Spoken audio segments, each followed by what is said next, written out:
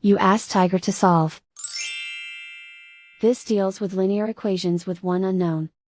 The final result is x equals -16/5.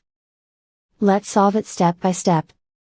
Group all constants on the right side of the equation. Subtract 4 from both sides. Group like terms. Simplify the arithmetic.